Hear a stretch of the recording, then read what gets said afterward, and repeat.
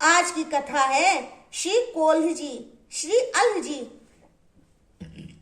श्री कोल्ह जी और श्री अल्ह जी दोनों भाई भाई थे। इन दोनों में बड़े भाई श्री कोल्ह जी संसार के विषयों से उदासीन थे।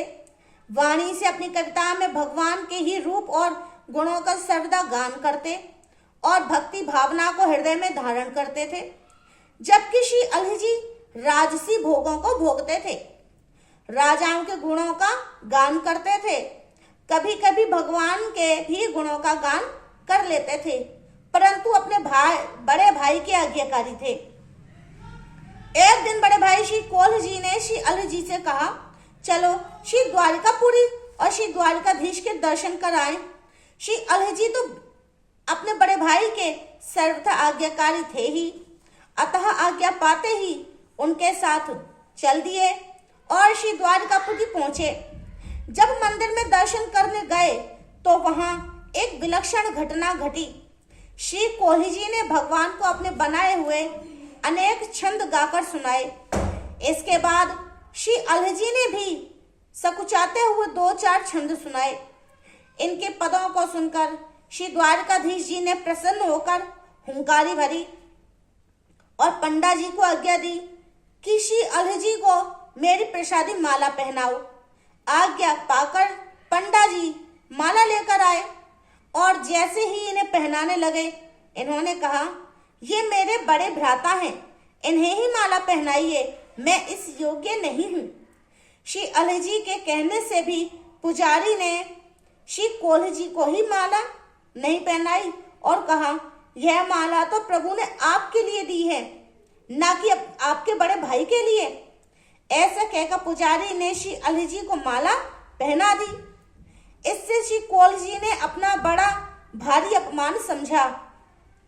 अहमवश और ग्लानि के मारे समुद्र में कूद पड़े। जल के भीतर घुसते ही इन्हें दिव्य भूमि मिल गई। अब ये आनंद मग्न होकर आगे चले, परंतु माला न मिलने वाली अनीति इन्हें भूल नहीं रही थी। कुछ दूर और आगे बढ़ने पर इन्हें भगवान के पार्षद मिले, जो कि अगवानी करने के लिए आए थे। उनसे मिलकर आपको सुख शांति मिली। फिर आपने जब द्वारिकाधीश श्री कृष्णचंद्र के दर्शन किए, तब परमानंद की प्राप्ति हुई, अपमान का दुख भूल गया।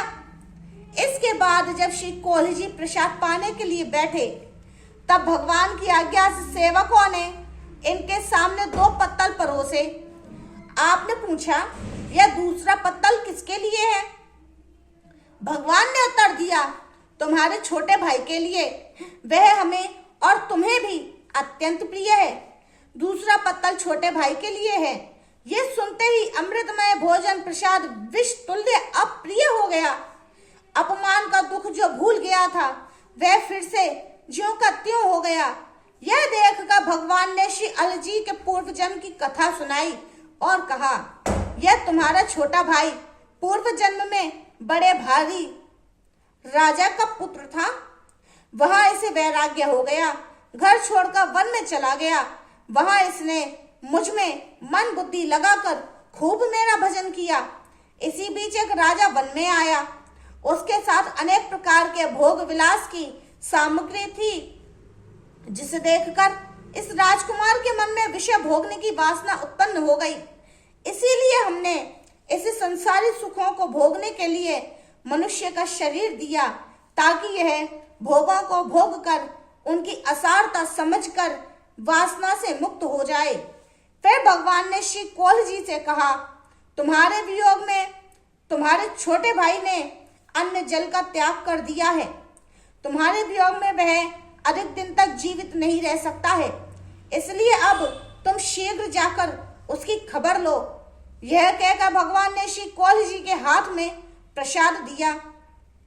शंख चक्र के चिन्ह लेकर आप घर को आ गए।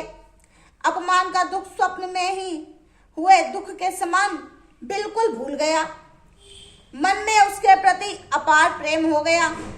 इधर छोटे भाई श्री अल्ह जी ने जब सुना कि मेरे बड़े भ्राता कोल्ह जी दिव्य द्वारिका का दर्शन करके आ रहे हैं, तो उनके स्वागत के लिए चले। भाई को देखकर भूमि पर पड़कर किया। श्री कोल्ह जी ने अल्ह जी को भगवत प्रसाद दिया तथा पूर्व जन्म का इतिहास भगवान ने जो कुछ कहा था वह सब कह सुनाया। उसी समय श्री अल्ह जी गृह की आसक्ति को सर्वथा त्याग कर वृंदावन में रहने लगे। दोनों भाइयों की बुद्धि भक्त भगवंत के प्रेम में सराबोर हो गई।